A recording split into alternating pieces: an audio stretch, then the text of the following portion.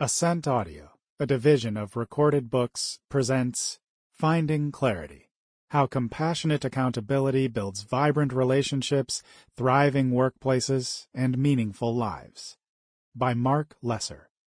Narrated by Christopher P. Brown. Will you ever bring a better gift for the world than the breathing respect that you carry wherever you go right now? Are you waiting for time to show you some better thoughts? William Stafford. Preface. I had to live this book in order to write it. As a long-term mindfulness practitioner and entrepreneur with an MBA degree, I sometimes describe myself as a stealth Zen teacher working in the business world. I've discovered that as we engage with the continual challenges and possibilities of our daily lives, our work, and our world, we uncover a trio of universal needs: a clear mind, an open heart, and integrity in our dealings with others. Achieving these is not always easy, but increasing our self-awareness and interpersonal skills is how we live with more depth, compassion, and effectiveness. My life's work has been to engage with these life-changing practices and to convey them in accessible and actionable ways in the workplace and in all aspects of our lives. My professional experience is wide-ranging. For 10 years, I lived at the San Francisco Zen Center, including a 1-year stint as the director of Tassajara Zen Mountain Center. I received an MBA degree from New York University Business School, and I founded and was CEO of 3 companies, including Search Inside Yourself Leadership Institute, a company launched inside of Google's headquarters. I currently train executives, employees, and businesses in fostering mindful leadership toward creating highly effective and supportive teams and cultures. Looking back, I can see how this journey began when I was growing up in a small suburban town in central New Jersey. As a child, I could feel the tension inside my home and in the world outside. My father had been in the Army during World War II, serving on the front lines in France and Germany. After he returned, he was diagnosed as being manic-depressive. I imagine he also suffered from post-traumatic stress. My mother was often consumed with the pain of my father's condition and her inability to help him. I walked every day through a small cemetery to and from elementary school, examining carefully the gravestones, noticing the birth and death dates, with a sense of wonder. At school, we regularly practiced duck and cover, holding our heads underneath our desks in case the Russians dropped nuclear bombs. I had a strong urge to understand and help my father, as well as a growing sense of despair about our world. At the same time, much of my day-to-day life was spent playing sports. I was particularly fond of bowling, baseball, and golf. I dreamed of becoming a professional bowler when I was 13 and a professional golfer at age 16. In high school, I was captain of my wrestling team. Sports provided a respite from the confusion of family and the outside world, and at the same time, it was an important venue for exploring my sense of self and the power of working together toward a shared purpose. When I was a college freshman, my life began to take a very different shape. I had always wanted to understand how the mind works, but this concern came into the forefront in this new environment. I discovered a wide range of people and friendships in my dormitory and on campus, and I developed a passion for reading and learning. I was particularly drawn to literature and humanistic psychology, existentialism, and Zen. A professor guided me in experimenting with hallucinogens as a process for better understanding myself and to widen my perspective of what is real and what really matters. With this combination of people, study, experiences, and drugs, my mind and my heart opened. Strong feelings and new possibilities and aspirations emerged. With these openings, I felt severely limited being in school, and I wanted to explore the world outside of college and outside of New Jersey. I decided to take a 1-year leave of absence from Rutgers and go to San Francisco to enroll in a program that included meditation and classes in Eastern and Western psychology and spirituality. During that time, I visited the San Francisco Zen Center. I was immediately drawn to the physical practice of meditation and to the Zen tradition, which is deep, simple, surprising, and steeped in both seriousness and a sense of humor. A subtle but clear voice said, "This place is worth 10 years of my life." That decade, during the most formative years from my early 20s to my early 30s, was life-changing. In addition to intensive daily meditation practice and study, one of the more surprising lessons was the importance of work as a core part of Zen practice. I took on a variety of leadership roles, and during my 10th year in residence, I was asked to be director of Tassajara Zen Mountain Center, the first Zen monastery in the Western world, located deep in the Ventana Wilderness in Central California. I was surprised how much I enjoyed leadership. I also discovered the impact of leadership for creating heartfelt and thriving work cultures that produce great results. I wondered why everyone wasn't integrating mindfulness and leadership practices. While I knew I had a good deal of learning and growing to do, I felt a tremendous sense of possibility in the integration of these disciplines, and I decided this would be my life's work. After I left the Zen Center, I spent 2 years at New York University's Stern School of Business, where I earned my MBA degree. Then I launched my first company, Brush Dance, one of the first companies in the world to make products from recycled paper. During my 15 years as CEO, I put into practice my ideas about integrating mindfulness in the workplace. This involved a lot of trial and error, but the results spoke for themselves. Brush Dance became a very successful multi-million-dollar company, selling innovative, inspirational products around the world. Then, one day, one of my mentors said to me, "It's time for you to leave this small publishing company. You have much larger things to do with your life." "Like what?" I asked. For months, I had also been feeling like it was time for me to leave, but I was afraid to walk away from my child. I also wasn't sure what to do next. "This you will have to discover," she responded. When my board became aware of my ambivalence, they asked me to leave, which made my exit from Brush Dance bumpy and stressful. No one likes being fired from a company they began, even if this has happened to some business greats like Steve Jobs. It was painful and not how I wanted to transition from the company I had founded and led for nearly 15 years.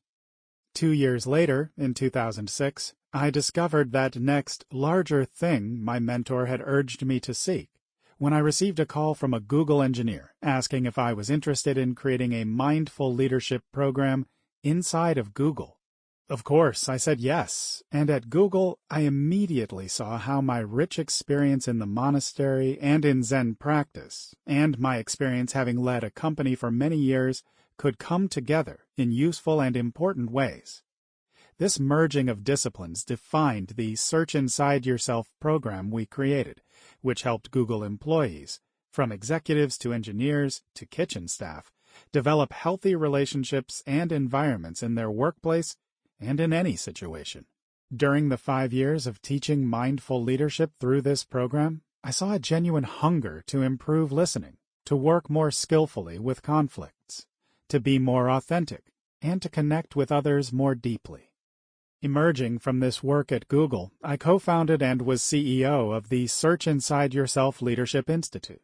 For another 5 years, I had the great opportunity to lead a company from an idea to a thriving enterprise, as well as teach mindful leadership around the world to diverse audiences, ranging from government intelligence agencies to the Girl Scouts of America, from enormous corporations like Microsoft and SAP to small nonprofits. After that, I developed my own coaching and consulting practice, which is what I do today. In every setting, I have noticed that 2 core issues arise again and again: finding clarity and developing what I have come to call compassionate accountability. Whether at work or at home, people want to identify a clear vision of success, which includes both achieving specific results and fostering a positive, supportive culture. They want more skill working within teams, or as a group to solve problems in ways that create alignment and connection, not divisions and conflicts. Over time, the twin competencies of finding clarity and compassionate accountability have become essential to my leadership coaching and to helping others create healthy and effective group environments. How this book will benefit you. This book, which summarizes the work I've developed throughout my life, is a primer in the art and practice of finding clarity through compassionate accountability. I present the core tools and practices for opening your mind and heart and developing more aligned and healthy relationships and cultures. Any joint effort and important relationship requires these skills, and I've written this book so that it speaks to issues in the workplace, in families, and in relationships. It is for leaders, managers, employees, and contractors in any kind of business. Even in a one-person business, entrepreneurs must work effectively with vendors, accountants, and, of course, customers, who always demand and require accountability. This book is for people in any kind of group, committee, team, club, or civic organization. It is for families, but perhaps particularly parents and children. The practices can also be applied to any kind of challenging situation we might find ourselves in, from dealing with bad drivers on the highway to resolving family conflicts, from building a cooperative, effective team to managing team members who aren't pulling their weight, so that everyone remains dedicated to their shared goals. These are also essential practices for effectively engaging with the climate crisis and creating a more safe and just world. Finding clarity and compassionate accountability provide a path for developing more understanding and alignment, preventing or healing unhealthy conflicts, and working skillfully and effectively with different perspectives. Ultimately, this book is a guide to finding more depth, flexibility, and effectiveness at work and in your everyday life through cultivating greater freedom, greater emotional freedom, freedom from conditioning and mistaken beliefs, and freedom to choose how to respond in the most caring and effective ways. Finding clarity and compassionate accountability are the essential practices for living a meaningful life and helping to solve our most essential problems. Introduction. How our thoughts, feelings, and actions create and can change reality. We live in uncertain, complex, troubled times. We always have, though there is compelling evidence that we are living in one of the least violent times in history. Modern medicine has vastly improved our overall health and longevity, and tremendous progress has been made toward reducing hunger, poverty, inequality, and many other social ills. So, why does it always feel like life today is not just hard, but maybe harder than it's ever been? One reason is because change itself, good or bad, can be surprisingly disruptive, and our world now changes constantly and at a blistering pace. To take one obvious example, technology has improved our lives in countless ways, but it's also disrupted entire industries, along with our workplaces, schools, families, and relationships. Smartphones have changed how we communicate and interact, how we connect with the world and one another, and yet for every positive benefit, there's a corresponding loss. We connect more easily and widely, but not as deeply. We have access to endless information, but as a society, we can't seem to agree about what is meaningful, important, or even true. In addition, comparing ourselves to previous times rarely makes us feel better.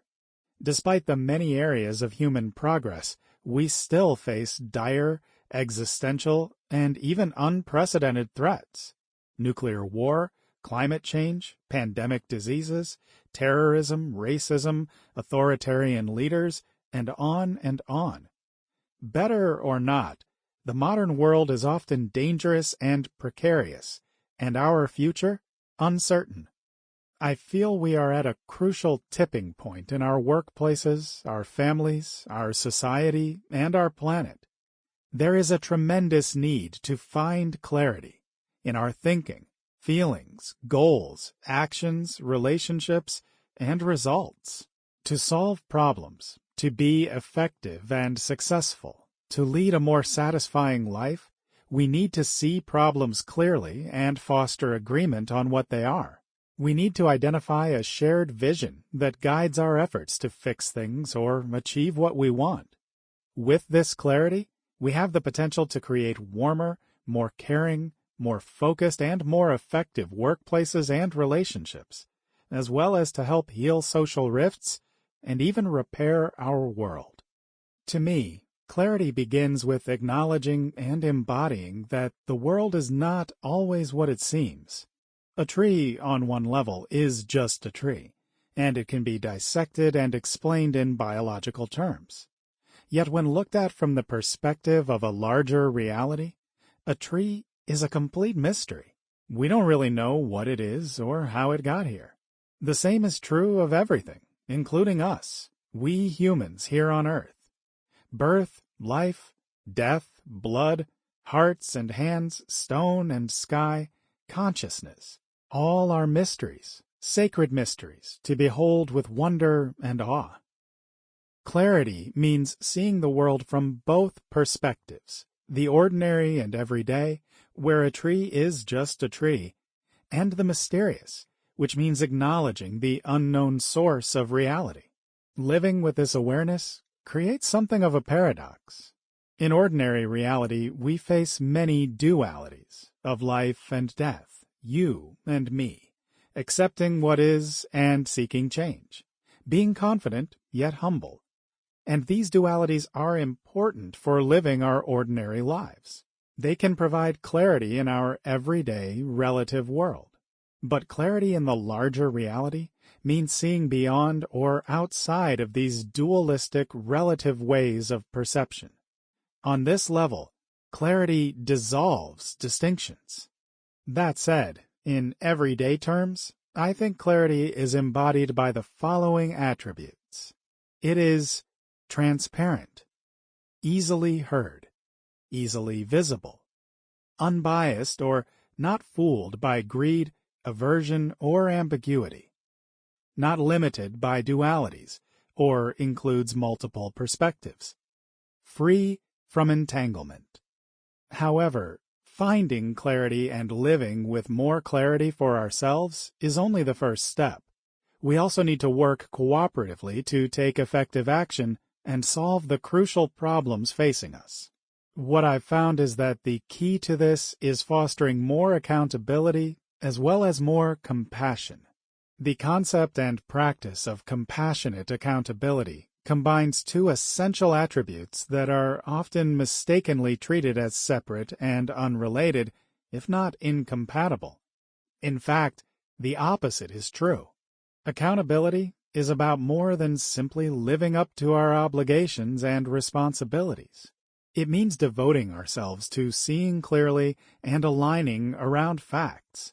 It means practicing skillful truth-telling.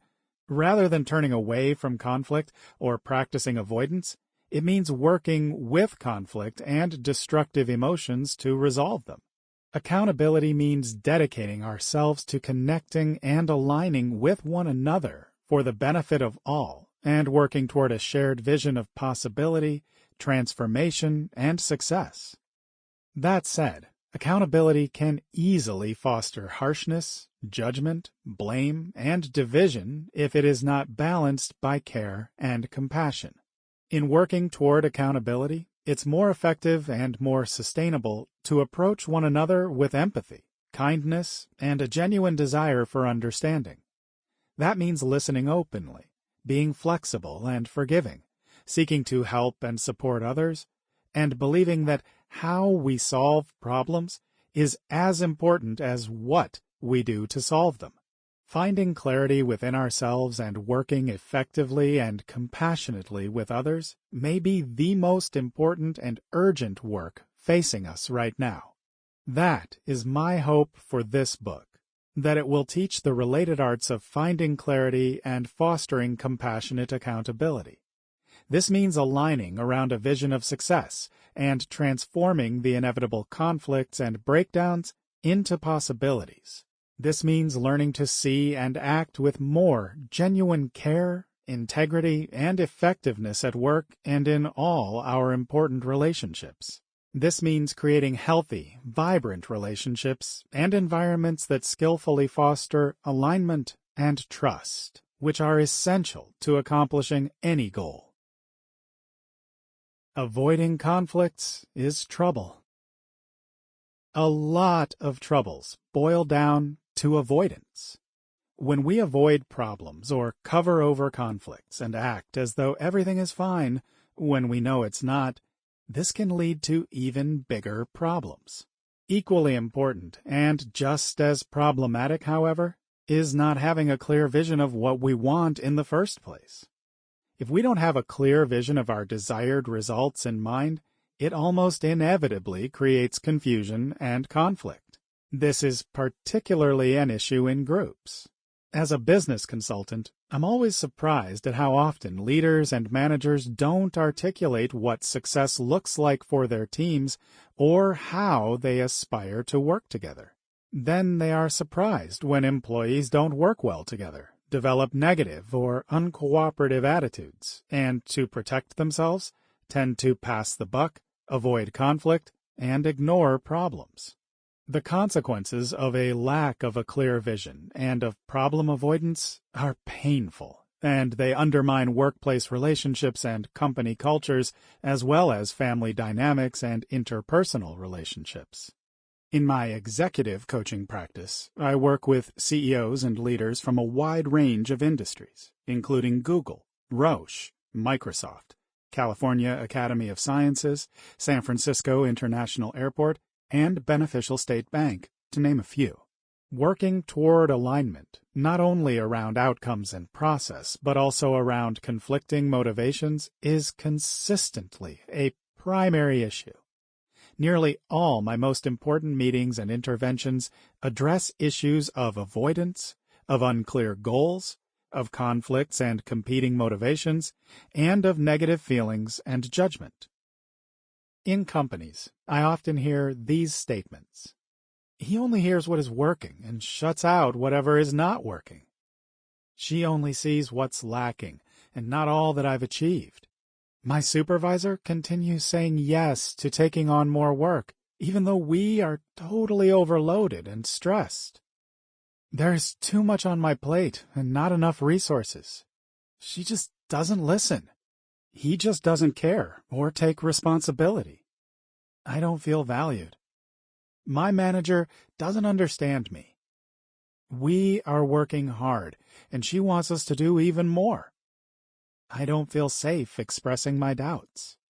Each of these statements can be amended to apply to families, parenting, or any important relationship. Here are some statements I hear from parents. I just can't seem to get through to my son. When I ask my daughter how she's doing, all I get is fine. People in core relationships often say the following. My husband just doesn't understand and never asks. My girlfriend and I seem to be growing apart. Accountability and the lack thereof. To one degree or another, resolving these issues often comes down to two things: becoming more accountable and acting with more compassion, both with others and with ourselves. That said, accountability is not a very popular topic. When hearing the term compassionate accountability, my publisher's first response was, most people don't like accountability. No, they don't. But why? I think it's because accountability tends to be preceded by the phrase lack of, as in we are quick to notice a lack of accountability in others in the form of broken commitments, breached expectations, and plain bad behavior, while hoping to avoid being held accountable for our own errors, mistakes, and misjudgments. The prime example is the dreaded performance review, where the boss evaluates how we're doing, and after a few perfunctory pats on the back, if we're lucky, they point out all the ways we aren't measuring up and need to do better. Ouch. Accountability, or a lack of accountability, is a major issue in society in general. Much press and commentary are devoted to holding, or not holding, politicians, celebrities, CEOs, and other public figures accountable for their misdeeds. In the corporate world, mention the word accountability, and people often think of the collapse of Enron, AIG, or Lehman Brothers, not to mention Uber, Theranos, and WeWork. There are endless examples of breaches of trust, truth, and transparency, and of a radical lack of accountability. Accountability and well-being in the workplace are major concerns. It is estimated that managers spend 25% of their time resolving workplace conflicts, most of which involve issues of accountability, from misunderstandings and lack of alignment around goals to disruptive bad behavior. Here are some research statistics. In a recent survey, Gallup found that only 20% of all people are thriving at work, 62% are indifferent on the job, and 18% are miserable. From 2020 to 2021, employee engagement declined in the United States from 36% to 34%.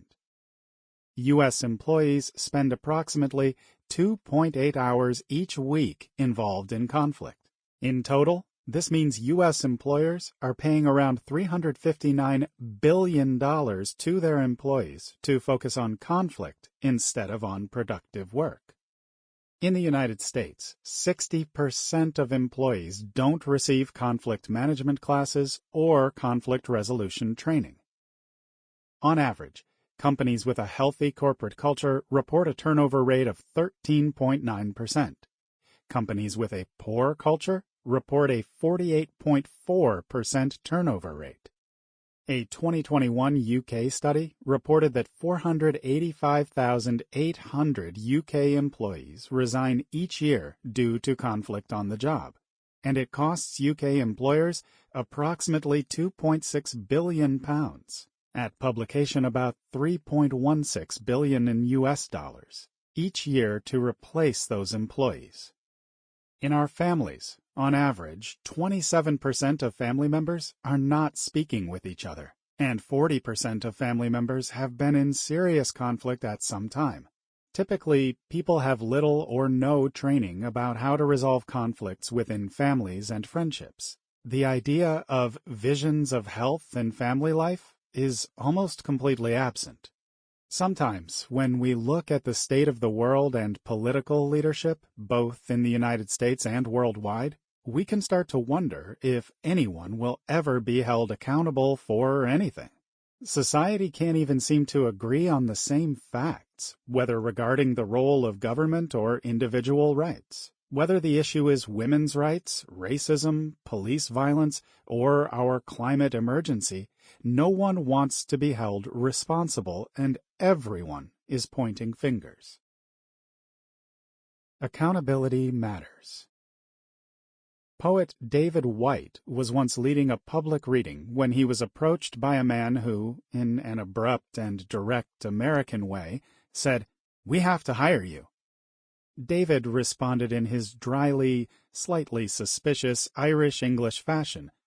"For what?" The man paused, then responded, "The language we have in the corporate world is far too small for the territory of relationship and collaboration we've entered." That was an intriguing invitation, David later reminisced. A poet's work is all about creating a language big enough to represent both the world you inhabit and the next, larger world that awaits you. The man was a senior leader at Boeing, the head of strategic planning. David Whyte's poetic and uplifting approach became an integral part of the work of a major manufacturer of commercial airplanes, shifting the company toward a more heartfelt way of working together. Why did an airplane manufacturer value this? Today, it takes as many as 6,000 suppliers to build a modern airplane. There are 6 million parts on one 747 and 40,000 rivets on each wing. Over the 43 days it takes to build. Sample complete. Ready to continue?